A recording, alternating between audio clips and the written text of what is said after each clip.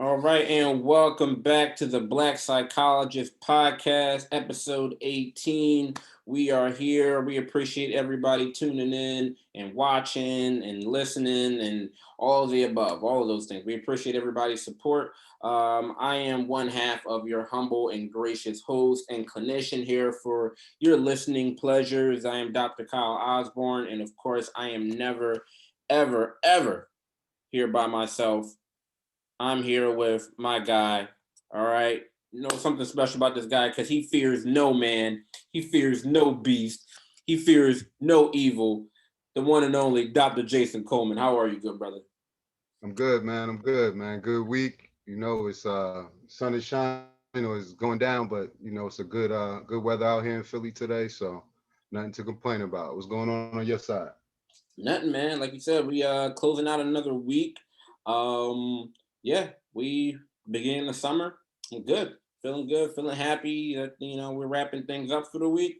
So yeah, I'm good and happy with that. Yep, definitely. Before we get into it, just want to thank everybody for the support.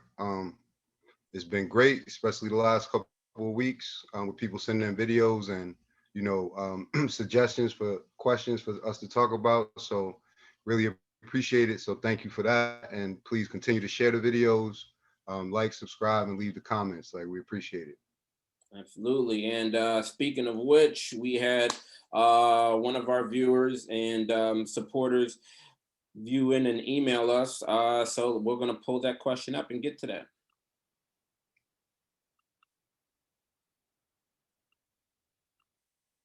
Good morning.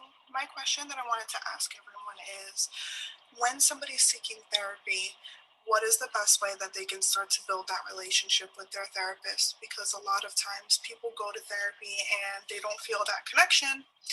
And I think it's really important to have that conversation about what can I do to either communicate with the therapist that I've chosen because it's the only option I have, or when do I need to move on to another therapist? So that's my question.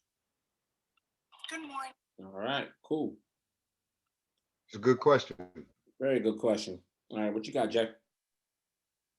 The first thing I would say is that first and foremost, right, the onus or the responsibility to kind of build rapport is on the therapist initially. So as a patient or as a client walking in, you know, it is on us, right? We're supposed to be able to, talk to our patient, feel our patient out, try to find those ways where we can kind of build that rapport and build that relationship, build that trust, and slowly kind of build the relationship. So that's first and foremost, right? It's on us. Mm-hmm. Now, if a patient or a client starts feeling like that connection isn't there, to me, I think this is where like patient empowerment, client empowerment comes in, right?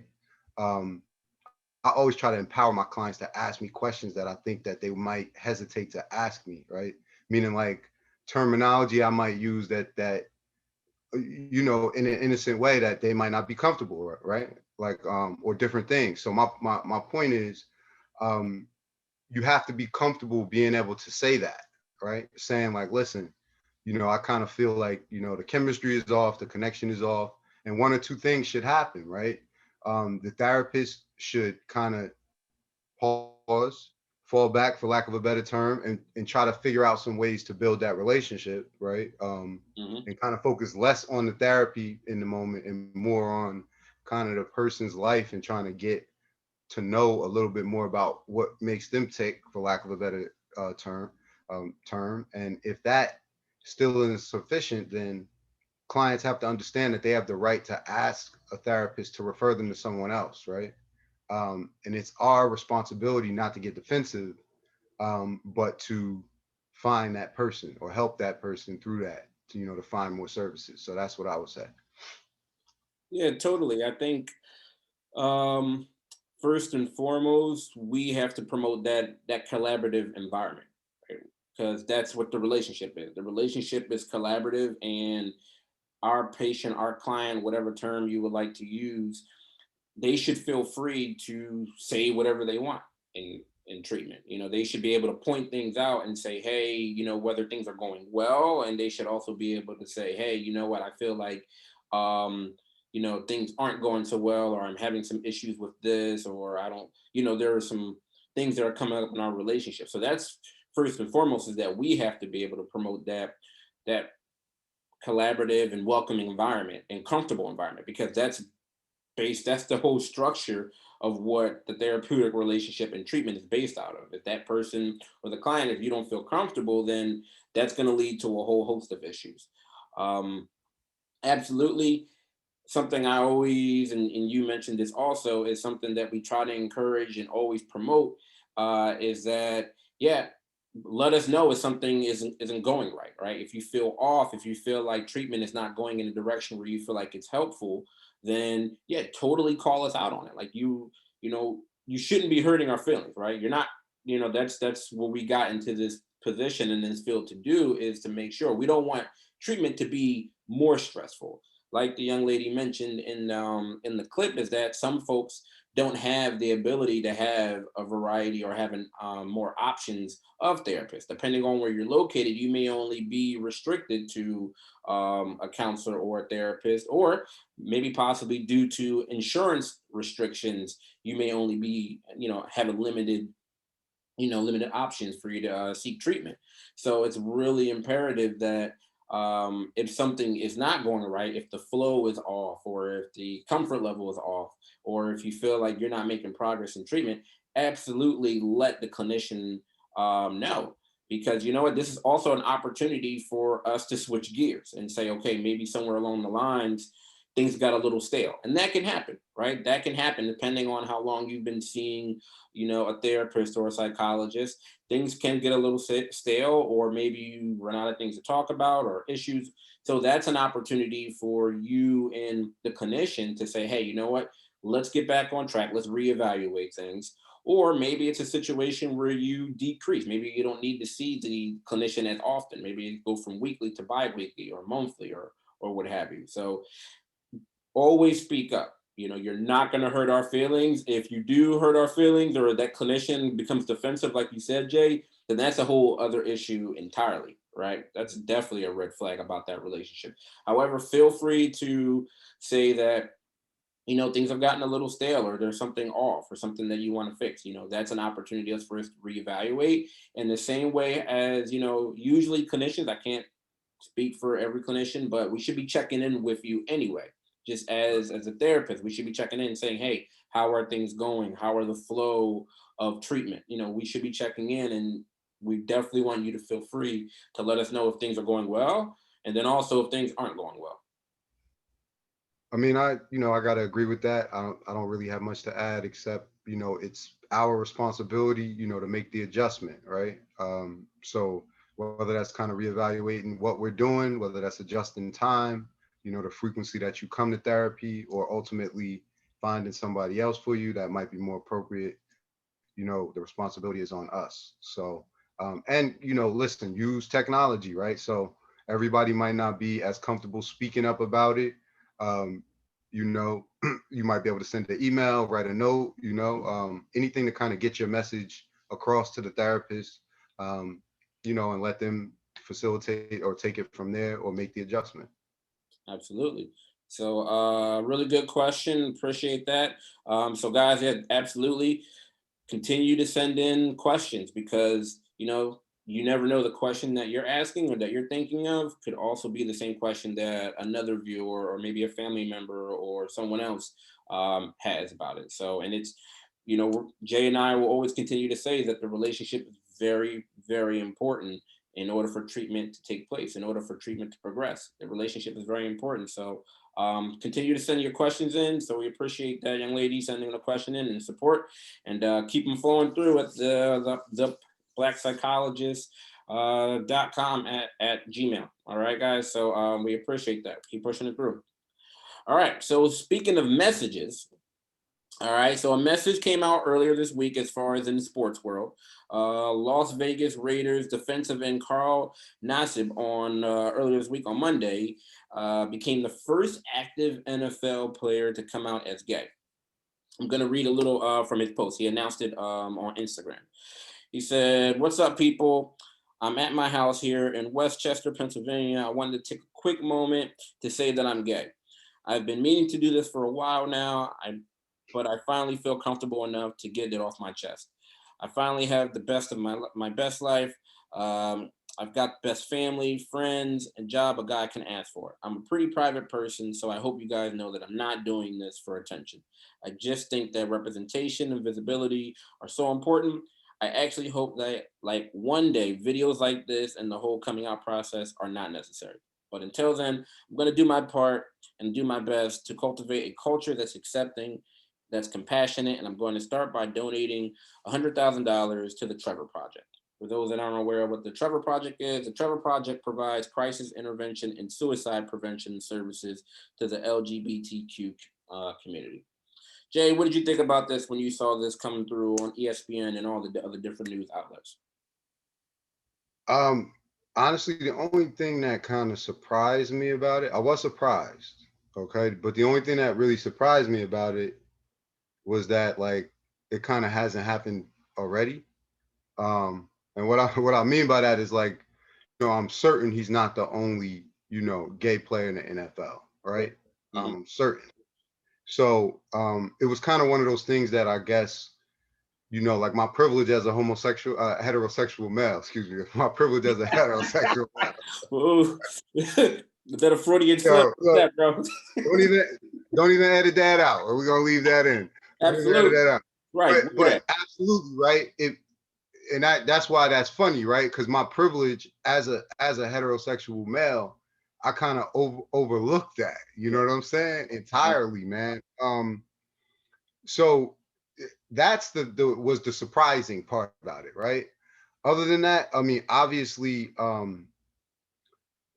was kind of trying to look beneath the surface about some of the things he was talking about, right? And some of the feelings that he was talking about in terms of it being scary, being a difficult process, him feeling alone, right? And then always also us as clinicians, I always come back to what the impact might be in terms of somebody's mental health, you know, um, if they have to live kind of like isolated and hiding, their lifestyle, their identity, totally. right? So it kind of brought me back to what he said when he said representation and visibility is important, and I think that was what made me kind of most proud of what he did, because I know that there's kids and teenagers and probably young men and women older and younger than him, that are going to get confidence from what he said, right? And ultimately it may cause them to either feel supported, or if they feel unsupported, to not do something drastic to hurt themselves. Ultimately, I'm going to go to the extreme, because obviously loss of life is probably the worst thing we could have. So I was definitely proud, and I think the important part was when he said representation and visibility are important, right? I think that was the most important and kind of profound part of the statement. So what did you think? Um, First, I said good for him. This is really dope for him and his mental and emotional well-being.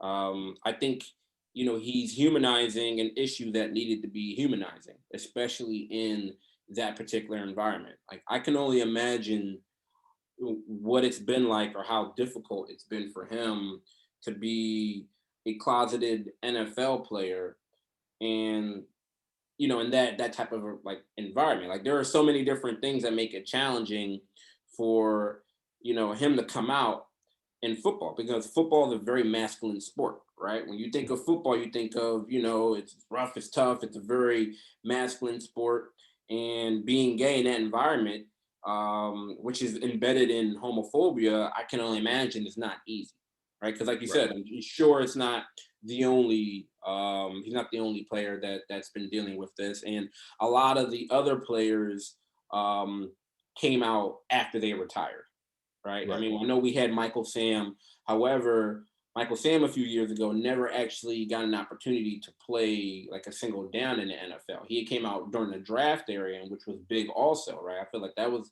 um a great newsworthy story. But however, he wasn't actually active in the league because he never got a chance to actually play for a team. But this is big. Like I'm happy for him because he no longer has to live, that double life. And so this is an enormous, I think, shift for that NFL culture. Like I'm hoping that this continues to usher in a new culture for them, just for the NFL period. And it seems like the NFL has been supportive. I know the league put out a statement. I know he's gotten via social media, a lot of other players have reached out in their support. So I'm happy for him, like he says, that he's in a good place mentally and emotionally, where he has the family support, he has, a good job, all these other different things that he felt comfortable enough for him to come out and make this decision and be public with it. The one thing that I was thinking about, right? Like he said, he was like, I agonized over this decision for 15 years, right? And obviously he's made it to the highest level in terms of sports, being in the NFL. Yeah. So obviously I'm speculating about his experience at this part, right? But I don't know if you played football. I played football for a whole bunch of years, right? Yeah, And yeah. and I wrestled different sports like that. The only reason why I'm bringing it up is because you can just imagine, what it would be like in terms of what he has probably heard in the locker room, on the field, in terms of like slurs and all, in terms of the environment. You know what I mean? So that's why I said when we talk about like that he might be experiencing like isolation, feeling alone, and all of those things. That's why it's very important. You know what I mean? Because 15 years, you know what I mean, to have to live, kind of in a closet, and then also your environment might be kind of hostile to your lifestyle. You know what I mean? So just that Yeah. combination is crazy. And one thing I kind of wanted to ask you about is Warren Moon's quote where he was saying, he acknowledged that he played with, gay players, that were not comfortable coming out, right? But Mhm. I mean, he knew they were gay, or I guess he had a sense that they were gay. I don't know, but he said that he knew. So what did you think about that? Because again, it's one of these things where it's like you would assume, of course, but my biggest surprise was that it took this long, But you have people like Warren Moon saying it's fairly regular. You know what I mean? They, people are just closeted, but it's fairly regular. So what did you think?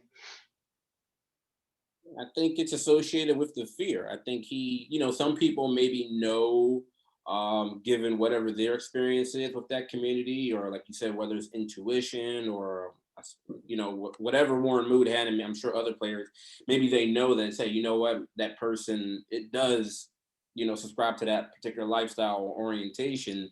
But of course, Warren Moon is going to be, I guess, respectful, and he's just like, hey, that's that person's business.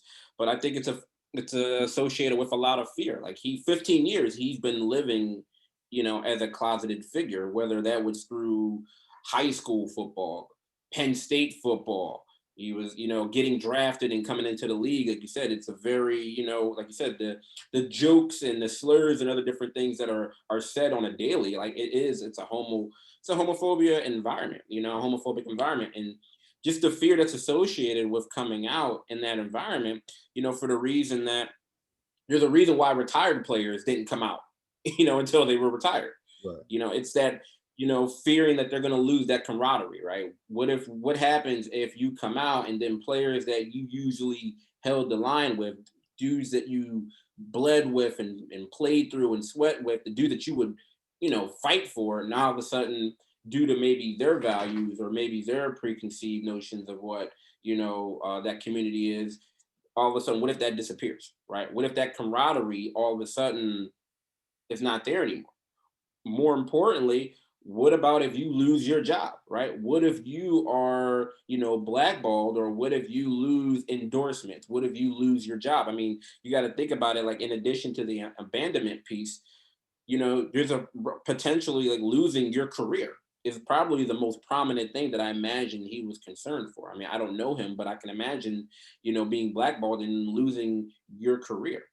So Right. I can see how Warren Moon said he probably knew individuals, or maybe figured that some were, but they didn't come out due to that fear. I mean, that's realistic. So I mean, it's you know, it's shocking, but then at the same time, not surprising that someone waited this long, or players haven't come out until they were retired, just so you know they don't get that sense of abandonment, and then they don't lose the number one thing that's giving them money, their source of income. I mean, I listen, I gotta agree. In terms of we all know in terms of the culture, the NFL football, it's that warrior mentality. And then when we just talk about like the idea of like masculinity within that world, like inclusiveness when it comes to sexual identity doesn't fit in there. It just doesn't. You know what I mean? Right. Um, for a whole bunch of reasons. You could talk about it in terms of slurs. You could talk about it in terms of people's views, narrow-minded or not. It may impact a large percentage of those guys in terms of how they interact, right, in the locker room and outside. Right. So I could see why that would cause him to hesitate. I just I'm anxious to see how this impacts kind of the culture in terms of like football as a whole, right? Because now he has come out, so they are aware now, right? So I wonder, everything, wildfire starts with one match, right? So I sometimes, right? So I wonder how this is going to impact the Raiders locker room first, because what I'm sure about is, you know, um, that locker room today isn't the same as that environment probably isn't the same as it was yesterday. I would assume, you know what I mean, just in terms of some of the things that regularly go on in some of those locker rooms. Once you know that, and that's your brother, and they're gonna be more. Everybody in that locker room is aware now. So I wonder just how it changes the culture in the locker room, how they interact on the field. I'm not saying in a bad way. I just mean like immediately in terms of language, all of those things that are used because he's there. You know what I mean? That's true. Um, so will other players start enforcing that? Like, don't talk like that. You know what I mean? Or or will they not care? Right? Will it turn into a situation like what was the guy that played for the 49ers? Um, and he ended up John Martin, I think, with the Oh yeah, bullying, yeah, yeah, yeah. because it could go the other way. Right now, I saw a lot of players showing support. Showing a lot of players showing support, but come on, man. We've heard a lot. Think about Kevin Garnett, some of the things he said, right? We've talked about that, right? So if you're a football player on the other side, what potentially, how many ways could this go? So I'm just interested to see. But nevertheless, it's a good story. And you gotta kind of be proud of him for having the courage to put this on his back on that stage. I was thinking even outside of football, right? Because you have the impact, like you talked about, on the field and in the locker room, and then also what could be used against him with the opposing team, right? Now that they have this information. So you have awareness, and unfortunately, people who have this information now could possibly try to use it against him to get in his head on the field, because people are going to use any type of competitive edge, right? So you got the environment in the field with the NFL, but I also feel like this could be an enormous cultural change, just even on a wider level. Because if you look at it, you know, he isn't, you know, kind of like he doesn't really correlate with that general stereotype of the stereotypical gay man, right? It kind of breaks the physical stereotype. He's 6'7", 275. Right. So he's not your typical stereotype of what people would consider, like in social media or in the popular media, of what a gay man looks like. So I think that also is impacted, which is a good thing, because again, unfortunately, movies, TV, media has kind of put like a gay man has to be of a certain type of physical trait, right? He has to have certain characteristics, flamboyant, all these other different things that are stereotypes. And what he personifies is that, you know what, just like any type of community, people come in all different types of shapes, sizes, backgrounds, all different things. So I was even thinking about that type of, cultural change and shift that he's bringing, or he's ushering in also. So yeah, I think it's good. I hope that it does get to a point that this isn't always a news story, but right now, coming out as gay is going to continue to be newsworthy or a big deal for athletes until it's a regular occurrence. So, but I'm hoping, like you mentioned, that this does, make other people more comfortable, to come out while they're playing and active. So it does start to shift that culture. So we'll see. But this was a great story, and like really good for him and his emotional and mental well being. Yeah. All right. So moving forward. All right. So something that's been in the news recently has been the phrase and term culture appropriation. All right. So recently, or Michael B. Jordan has recently, he launched a line of rum called Jove, but quickly drew complaints of cultural appropriation because that term reportedly refers to both the Creole French term meaning daybreak and its annual festival, which is held in Trinidad and Tobago.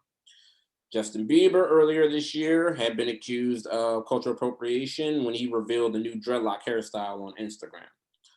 Even as recently, I think as last week, rapper Remy Ma, she was accused of cultural appropriation recently at her birthday party, where she shared pictures of herself and others that were in attendance. They were wearing kimonos, the Japanese themed decor, and they were wearing the traditional casa hats, and I hope I'm pronouncing that. If not, they'll probably come for me. And Bruno Mars, right? Bruno Mars has historically been accused of cultural appropriation for years. So, for you, when you hear cultural appropriation, and some of these examples that I mentioned, along with others, what comes to mind, and what's been your takeaway with it? I mean, listen, this discussion has a lot of layers, Yep.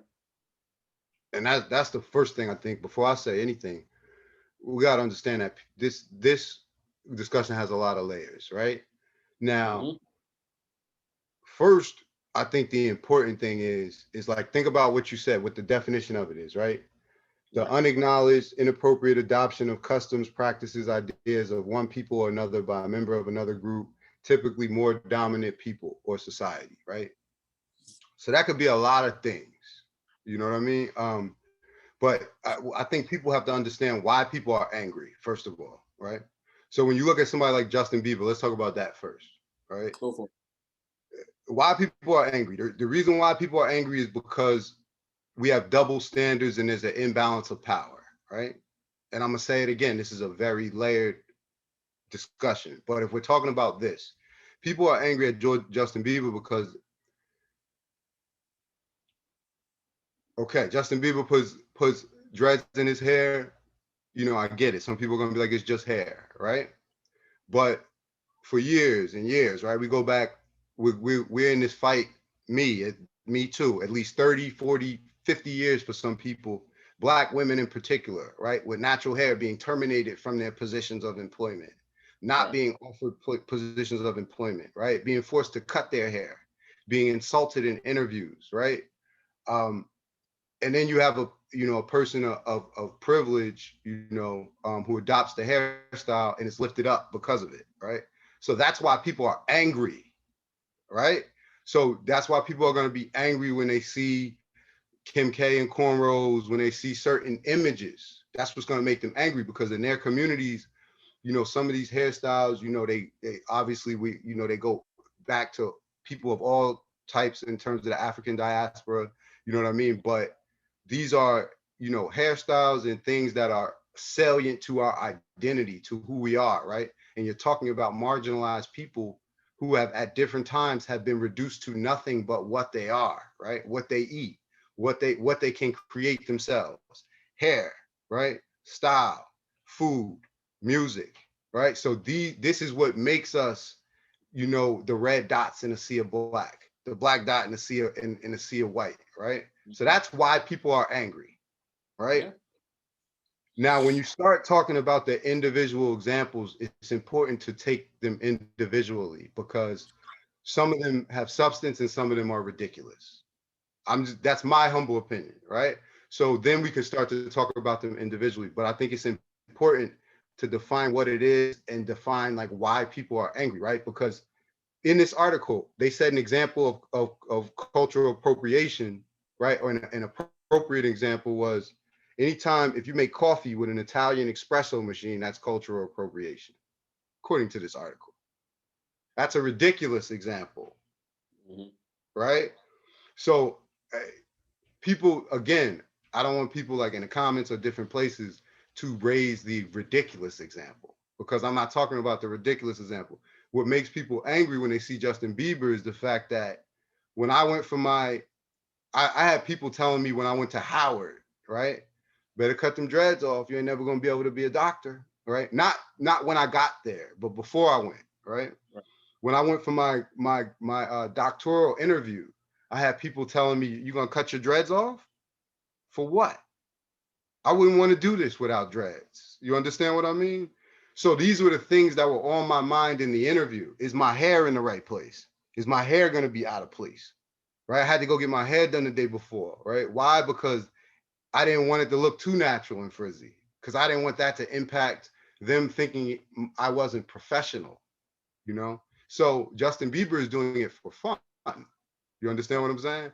So when we go and we buy all these hair care products and we do all these things and our, Black women, sisters of color have to do all these things to their hair. Sometimes they do it for beauty because that's what they like. And sometimes they do it because of the industry that they're in, right? And that is why people are angry.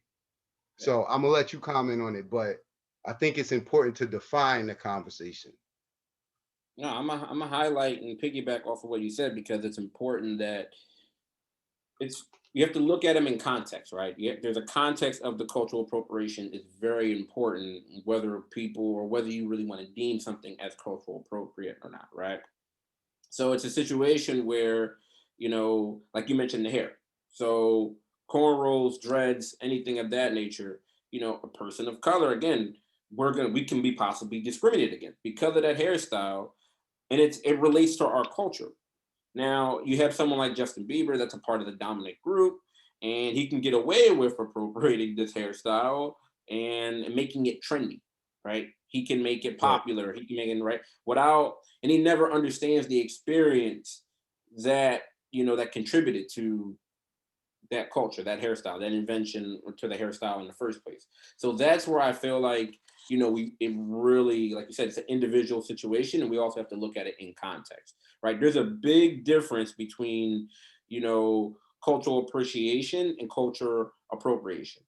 Because I look at it like culture appropriation is really like the social equivalent of plagiarism with like an added little spice or added ingredient of denigration. So I feel like before you go off, and again, I don't know Justin Bieber and what motivated him to do so. Maybe he thought it was cool. Again, I feel like when you do these things, when you see something that belongs to a different culture, to a different ethnicity, race, what have you, religion, all these other different things, it's like, hey, it really would probably be in your best interest to educate yourself about what you're trying to display or you're possibly gonna offend. Like you said, right? If you're eating Indian food at an authentic Indian restaurant, or you're eating Indian food, you make Indian food, I don't believe that to be cultural appropriation. Like you said, right? You're enjoying, whether it be like you said, the coffee or whether it be the food, that's for me, I would kind of more place that in the category of appreciation of that culture because Right. it's a food that stems or it's traditionally from that culture or that ethnicity and you're appreciating it, you're paying the money to eat it or dine at the restaurant or whatever the situation, like learning martial arts with an instructor and then you understanding the cultural significance and impact. I don't feel like, and if you go out and you practice martial arts or kung fu or what have you, like I don't feel like that would be cultural appropriation, right? Because I feel like that's more in the appreciation aspect. So I feel like it's really important that you educate yourself and then two, in context, right? There's a huge different context of how each individual situation is, is taken into consideration. All But I right. also look So at it. Go ahead. no, go ahead. I want you to finish your thought. No, I was just thinking, like you said, like music, right? Hair, all these different things, makeup, tattoos, wellness practices of what we're going to talk about in the next topic. All of these things are targeted items of cultural appropriation, right? So especially like when we talk about music, we talked about Bruno Mars, right? We talked about, I'm not saying that he's, is, part of the cultural appropriation, but historically music, where you talk about like rock and roll, right? You have rock and roll, and you have people, the majority of white people say that they invented that, but we know that it was a derivative off of black musicians who never received credit. Right. So, when you take and you look at these other different things, even something as simple as voguing, right? Voguing was made popular by like Madonna in the 90s, Right. but that stemmed from or was pioneered by Black and Latino communities in gay clubs, right? In that community. So So, again, it's that, okay, taking something and it's cool and trendy, but not understanding the cultural significance and you're benefiting off of it. Go ahead. all right. So I think we flushed it out pretty well. Now I'm gonna take this in another direction, right? All right. And I wanted to wait before I. Now this is where it gets murky, and I just wanted to ask you the question: when money gets involved, right? Does it change your view? Meaning, like, who's getting paid? Because when I started thinking about this, I was like, okay, everybody's upset at Justin Bieber, and then it made me start thinking about, because what's always in the news is like when you see like a white model or somebody with like cornrows, or like they go to like Jamaica or go somewhere and they get the braids or something like that. That's always the traditional example of cultural appropriation, right? Right. So does it change your view? Because I started thinking about it, I'm like, okay, people say that and they always say that, but I travel a lot, right? Or fairly. So when you go to other countries, there people are always selling like traditional clothing items, right? If you Mhm. go to Africa, if you go to Mexico, if you go to different places in the Caribbean, people are always selling traditional dress, right? And the Mhm. people that are selling that usually is little stands and mom and pop shops, and these Right. are people in the community that this is how they make their money. This is how they support their family, through tourists, right? The Mhm. same thing with the braids, right? You got people in these different countries, that's their stand, right? So Caucasian people come, people from different cultures, they want them to get their braids done. You're paying it, they're putting money in their pockets, food in their stomach, right? Mhm. So that's money that's going from the dominant culture into black pockets, right? So is it a little hypocritical to then that person then buys the dress and now they can't wear it, or they get the braids and then they're on the front of the newspaper, and in their mind, that's why I'm just asking the question: does it change your view? Because in their mind, maybe they're like, well, I like the braids, and I'm here, I'm enjoying the experience, right? I'm immersing myself, right? But then people are ridiculed for it. So does it change your mind if, okay, if people say, all right, we won't do that anymore, so all of those people, all of that, those income streams go away now. Nobody's going to wear traditionally African clothing if they're not African. Nobody's going to go buy anything traditionally Mexican if they're not. See where I'm going with this? No, I You do. take a lot of income away from a lot of the people. So what would those people say about whether it's cultural appropriation and whether they care?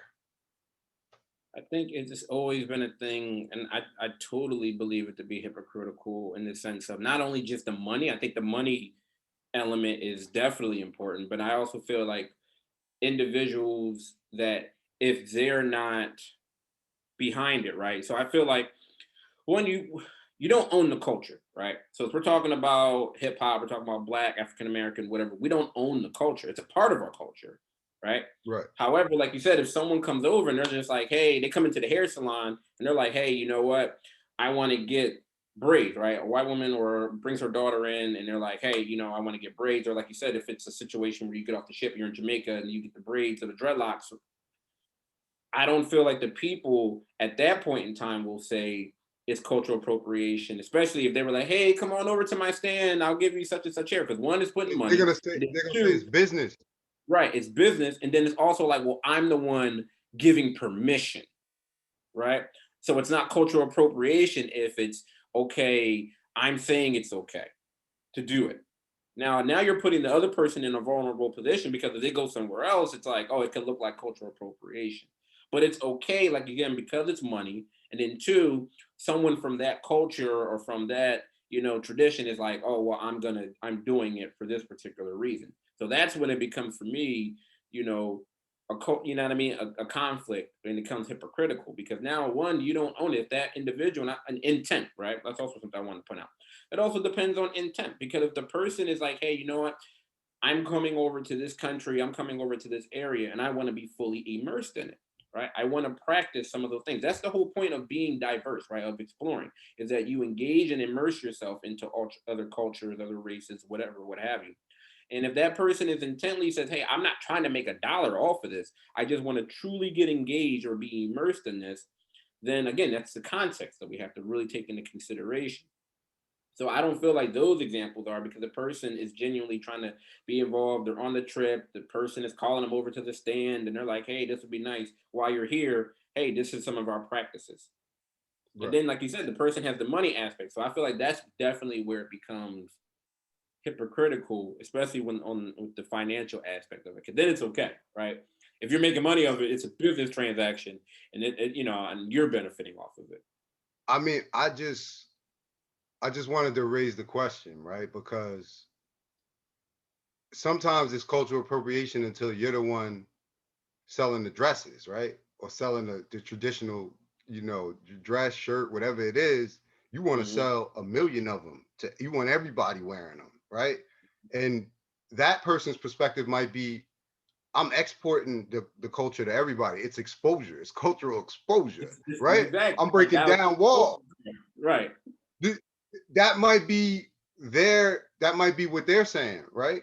Um, so I think the money conversation is important too, right? Yeah. Because it's gonna be important. Like put it like this: if Justin Bieber came out with a wine called Juneteenth, cultural appropriation, Yeah. Yeah. I mean, yeah, for this. right? Yeah, it is. It would just, Totally. you're right. It feels bad, right? Even Yeah. it's right. So now again, if you would think that that type of product, would have an individual of color that who would be the brainchild or the founder or the owner, right? But we get into conflicts, right? Because obviously, we live in a in a capitalist society. Anybody can do that. You know what I mean? But again, the only reason why I bring it up is because I think it's important for us to look at these situations individually because some of them are absurd. You know what I mean? Mhm. And when you bring money into the picture, it changes a lot sometimes. And I can only think about when I've been on in different places, and I'm like, for those individual vendors, for those people where the money is going directly into their pocket, you know, they might label it a little different. They might say, nah, ain't no cultural Yeah, appropriation I'm about over to say here. they're not thinking about cultural appropriation. They're thinking like, look, man, I got to pay these bills. You at the stand, you coming off the cruise line, and you're like, hey, no, come over here and come get your hair braided, come get these dresses, all these other different things, right? Come get the wine, come get all these other different things because they got to make money. So they're not thinking Yeah. about that.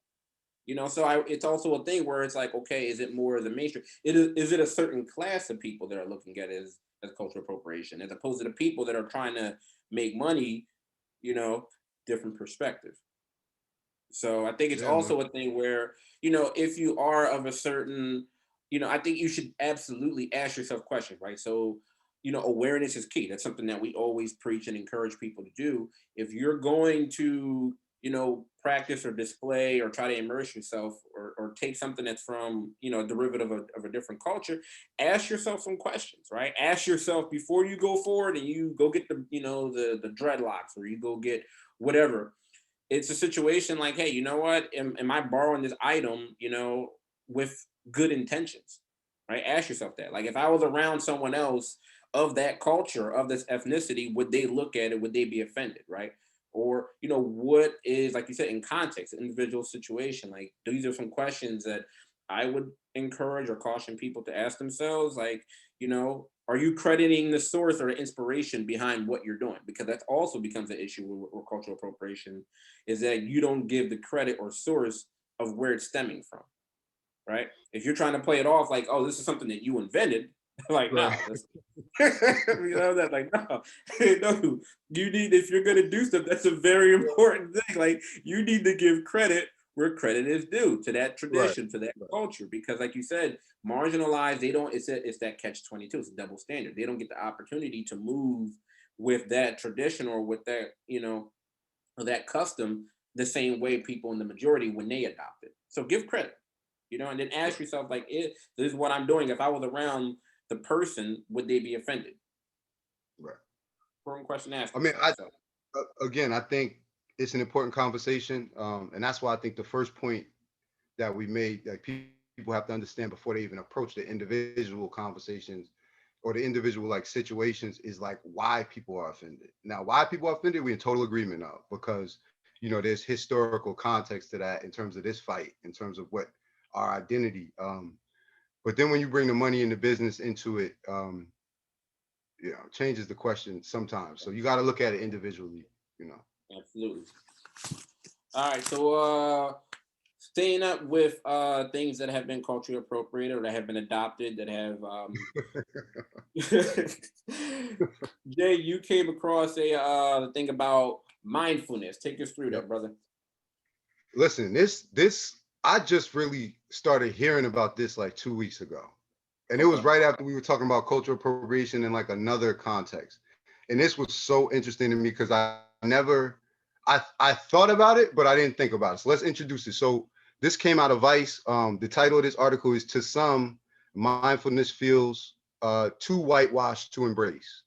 So they're basically talking about all of these, mindfulness has been like the craze when it comes to schools, when it comes to mental health. It's in hospitals, it's everywhere. You would almost think it's something new, right? So um, they were just talking about how mindfulness has largely been, like, in the US, been stripped of its roots.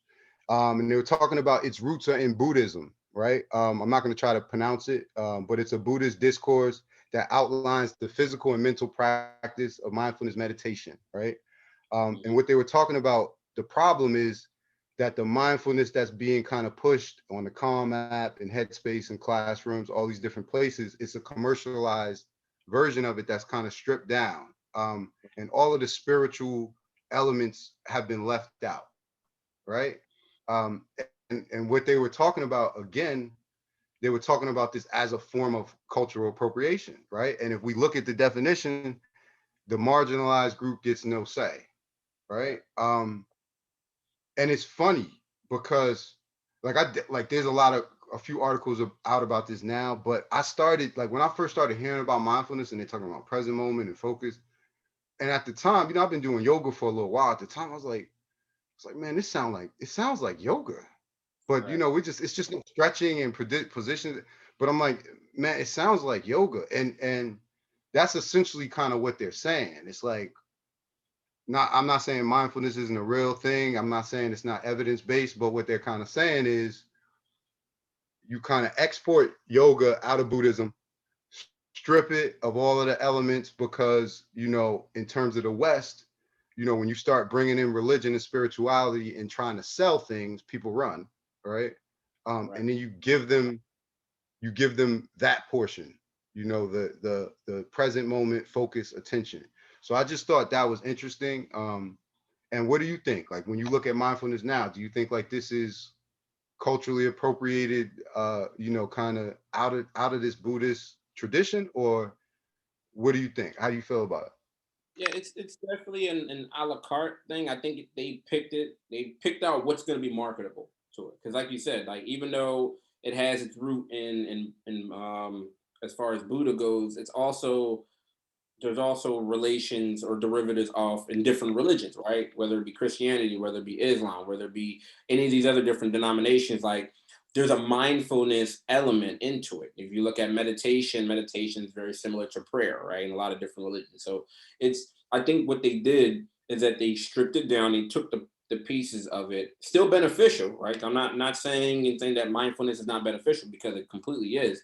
But like you said, they took different aspects of things and they made, all right, what's going to be marketable? How can we make this also accessible to everyone on different ages, different areas, right? Like you said, schools, hospitals, different job environments, right? All these other different things. How can it be beneficial? And it is. However, you know, you may hear some of the origins of it, But a lot of times, it's more centered on okay of the present and how it's a third wave of the traditional type of CBT, that wave of things, right? So I feel like they just really took certain portions of it and said, okay, how can we make this more marketable and appeasing to the general public? Because like you said, when you hear the history, you hear religion aspect of it, people are going to be like, nah, nah, Right. people are more reluctant or more ambivalent to kind of adopt that practice. But so they made it very general and very marketable. But I think like along that line, right? A lot of people are gonna hear like what I say and what you're saying and be like, well, it's everywhere, it's evidence based and it's helping people. So, Totally. why do you care if it's stripped down, right? But the problem is like you got to look at the effect, right? And how cultural appropriation in these things, the downhill effect, and what I mean by that is like you look at the apps, the tech apps, and who's largely responsible, white males, right? So then we look at the effect, and as they were kind of talking about in the article, you see that going down the line in terms of the languages used in the app, right? The tones of the voices, all of these things are going to impact ultimately who the consumers are, right? So when we look at who are the kind of people that are marketing mindfulness, right? And then we look at who in the United States, who are the main consumers of yoga, right? We're talking about college educated white people, right? And then we look at even within that yoga world that I'm in, not having teachers of color, not having a lot of participants of color. This is the downhill effect, right? So maybe this is what you get when you strip things down, right? Quote unquote, when you get this culturally appropriated version, maybe that's why there isn't as much minority participation. Maybe some of these spiritual elements might draw some of these people in more. I don't know, but what I'm saying is,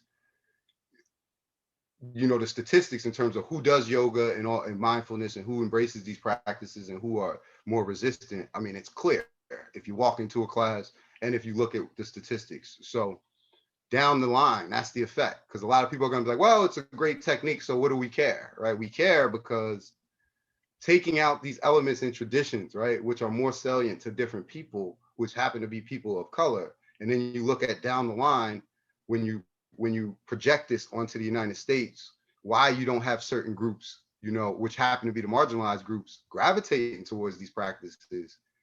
You got to look at that relationship. Is all I'm saying. You And it's important that you need to sustain that history element of it, right? You have to like want to keep That's a that great point. historical aspect of it because if you're just going to say, well, we're just going to talk about these highlight points, and no, you need to also talk about some of the tenets. And so it's important that practitioners, clinicians such as ourselves, even when we're trying to facilitate and we're instructing and explaining the benefits of mindfulness with our clients, is that we also are incorporating the history. And, we don't have to make a whole session, the whole class, but absolutely providing some form of a psychoeducation of where it historically stems from. Because and Yep. I know one, there are so many different forms of mindfulness. There are so many different forms of meditation and all these other different, tenets that they overlap, they're very similar. And each one is different, which I feel like is also a reason why you want to practice or kind of give that education to a client or whoever your audience is of, okay, what particular form of mindfulness are they getting instructed? Because they're not all the same. They're Right. similar, but there are so many different forms. You have, kindness and compassion meditation. You have all these other different, orientations that are specific for certain type stress, depression, like all these other different avenues. It's really important that it's not, you don't give like this general kind of blanket, okay, this is mindfulness, this is what it is, and like you said, you give the stripped down, watered down version, and you educate your client, because I think that also deepens their relationship, or deepens also their ability to get fully immersed in it. So providing that history to clients and whoever your audience is very important, because they're not all the same. Even though the app, and I'm not shitting on the app, because the Calm app is good. I've utilized it. A lot of other different agencies have utilized it, but it's also good to have that additional historical information. Depending on the mindfulness orientation that you're using. I mean, I agree, man. Listen, I think it's a good conversation. Admittedly, like I haven't. I mean, I thought about obviously the article, you know, but it's still new. It's the new idea. So you know how I do. My ideas are fluid. So you know, I may change how I feel about it, but right now I think they have some good points. I'm kind of conflicted because you know I think I'm kind of conflicted because you know I do see the value in mindfulness. You know what I mean? Totally. But um, but my foundation is yoga too. So that kind of makes me a little bit biased too.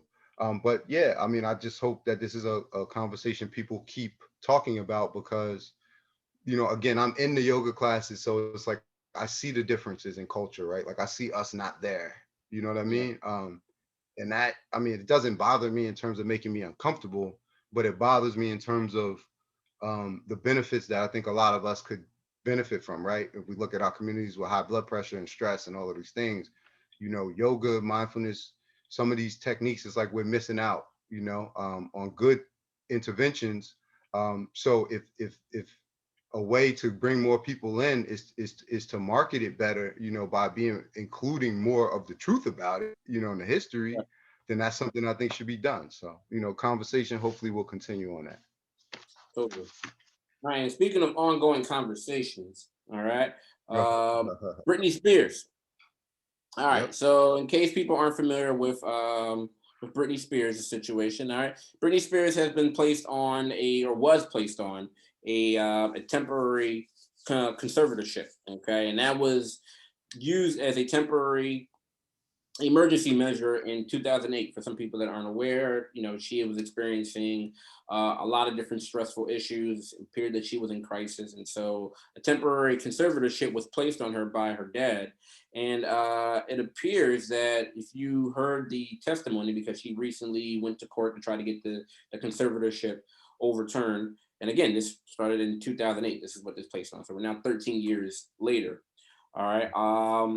And it appears that through this conservatorship that hasn't been overturned, even through multiple attempts, is that it's almost impossible to not connect this to like a larger societal pattern in which, you know, concocted mental health claims have been used, including in court proceedings, to sideline inconvenient women. So, what were your thought? Kind of like, I know they use Britney Spears as an example, but what were you thinking? Just kind of looking at the history of this element of, you know, of these different Well, concocted mental health things. all right. First, let me talk about this story because this to me was like, I know you heard that a lot of people are talking about this, man. Like, so you, Yeah. um, I just thought this was very interesting, right? Because obviously, like a lot of details we don't know, and what makes this so interesting is like, you know, first of all, I mean, people have to understand, like, for anybody who doesn't, you know, if you're under a conservatorship, you know, there's certain conditions, right? Like people who have dementia, people that can't take care of their own affairs, right? Yeah. Right. The court will issue somebody to put somebody in charge of their affairs. But like me, I don't think everybody, well, maybe people did, you know, but I didn't understand necessarily the extent that they are in charge of your affairs, right? Um, like the Wow. things, first of all, they said she was supposed to be in the she was put in temporary status, I think in 2008, and it's been 12 years, right? Hmm. Second thing is they were saying, and I think what's making people so uncomfortable with it is how together she had it on the call when she was kind of pleading her case, right? Um, because she had some what seemed like very clear points, and we have to be very careful when we're talking because the details of the case, you know, and a lot of these details are sealed, right? So there could be possibly reasons why she remains under this conservatorship that aren't released, right? And valid reasons. But the reason why a lot of people are talking about it is because of some of the issues she raised and how lucid she sounded, you know. And some of the more ridiculous, I mean, not ridiculous, but you know, she was kind of talking about how she wanted to have children, right? And you know, like her team or the board or her father, you know, like they have say over whether she can have a child, right?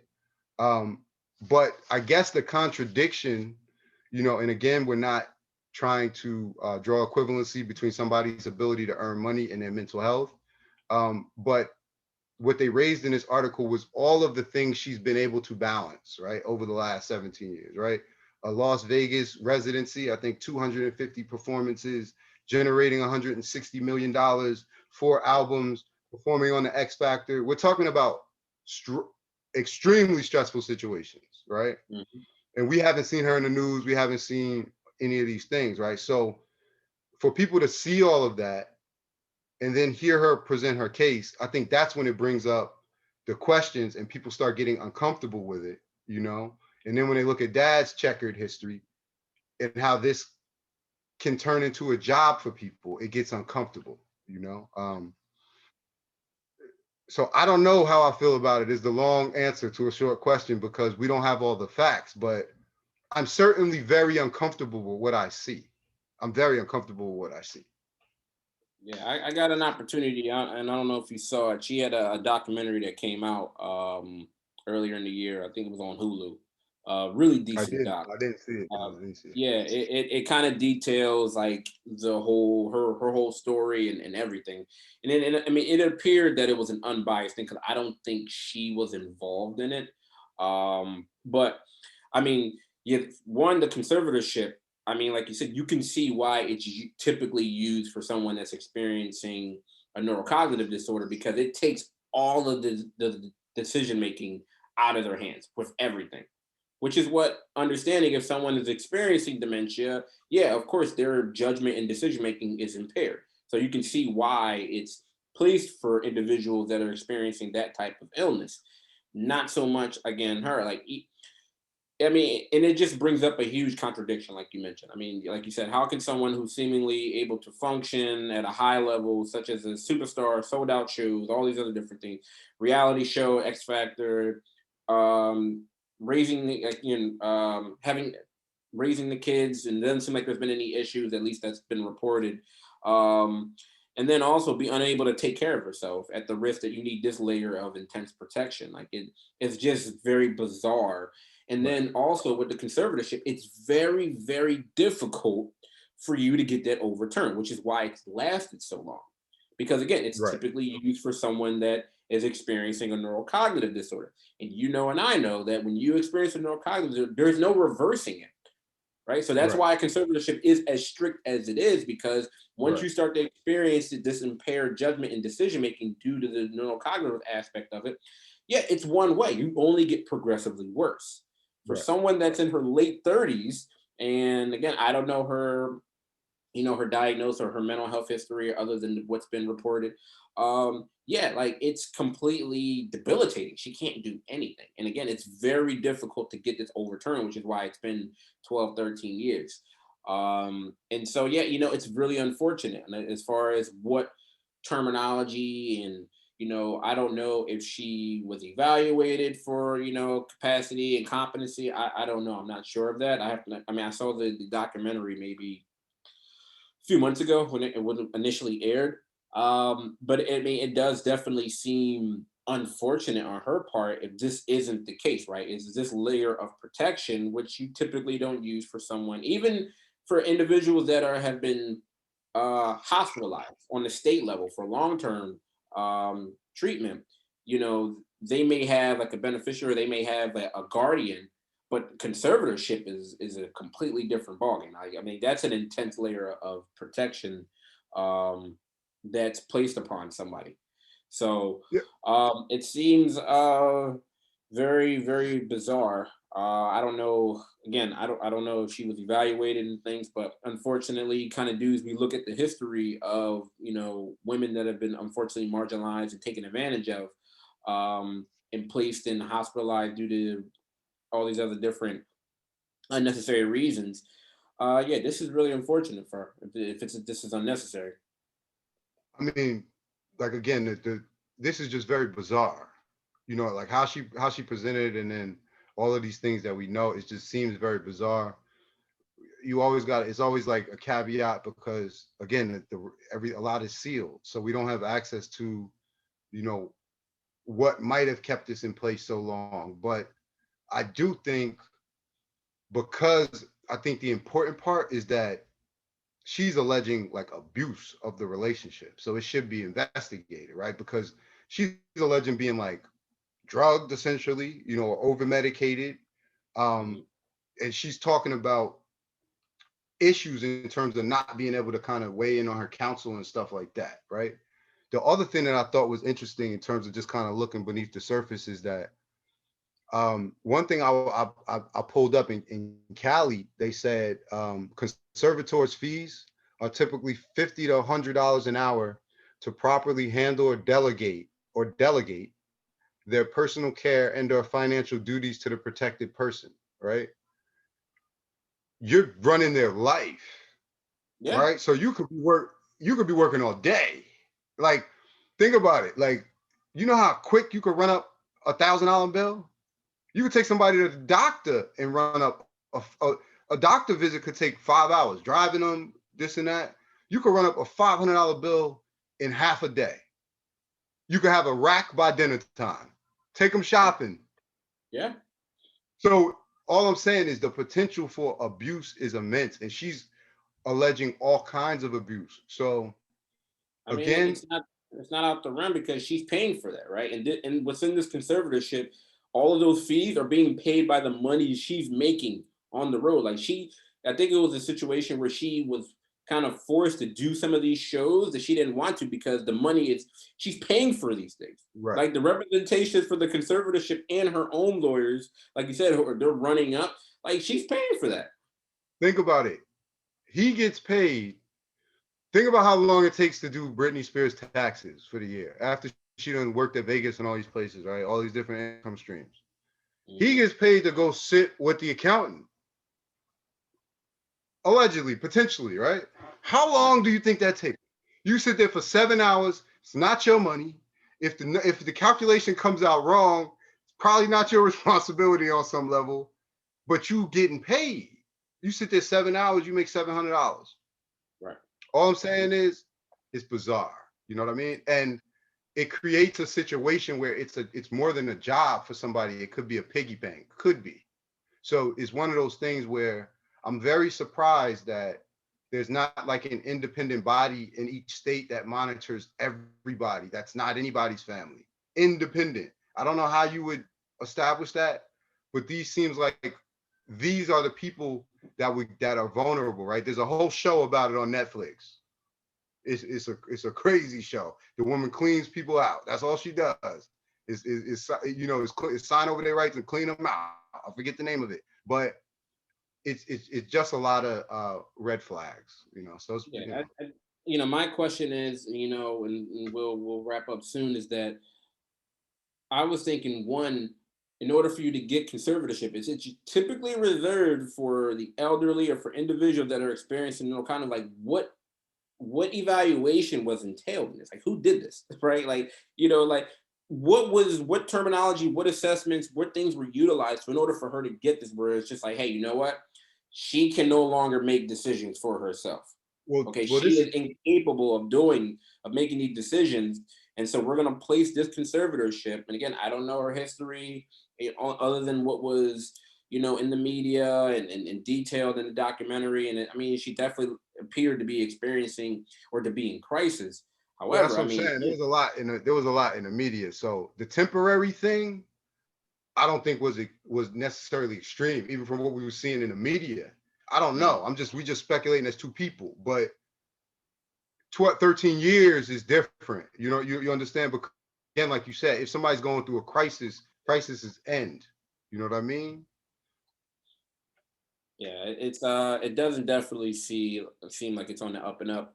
Um, Again, I don't know Brittany. I'm not familiar with her treatment or anything. I do hope that this gets overturned and she's able to, get back to get this possibly overturned and have a better quality of life, because it doesn't seem like anyone, should have to be experiencing this unless it's absolutely necessary. But yeah, it's unfortunate that if this is being used with malintent and it's being used inappropriately or being weaponized by the father and whoever else is involved, it's unfortunate that you're using mental health to do this, right? Like we said, you're concocting all these different, and utilizing mental health symptoms, or you have someone that's on your side that's finagling assessments and all of, like that's the unfortunate part, right? Because then it makes people distrust the mental health the system, the community, and things of that nature. So that's where I hope, I don't know how they got to this point and what else was involved in making that decision, but I'm hoping, and it's just really disheartening if lies and other different untruths and things were utilized just to have this conservatorship not only placed on it, but to have it maintained, right? Because I'm hoping that there was someone that's coming in and evaluating her, because like you said, she sounded very lucid. She's been operating on a, on a pretty high functioning level. You would hope that someone kind of steps in and says, okay, let's see where we're at now. I don't know. I'm just hoping that someone's not weaponizing the mental health and utilizing it to, harm this person. So, I mean, it's something we'll have to continue to monitor. Yep, definitely gotta continue to monitor it, but it's a good story. I'm sure it's not gonna go away because there's been a lot of celebrity support, so it's gonna be in the news. Okay. All right, so episode 19 in the books. I may have said episode 18 earlier, but it's Thursday, guys, so give me a break. All right, I get lost, and numbers are hard. All right, so definitely episode 19. We appreciate everybody for tuning in, for watching. Absolutely continue to listen, watch, and subscribe where you can get all your podcasts in, iHeartRadio, Pandora, Spotify, all these things. Also, YouTube. So please continue to subscribe. And absolutely email us at the Black Psychologist Podcast at gmail.com. We want to hear your comments. We want to hear your ideas and your questions. So please continue to send, your videos and your questions and things in. Jay, anything else before we get out of here?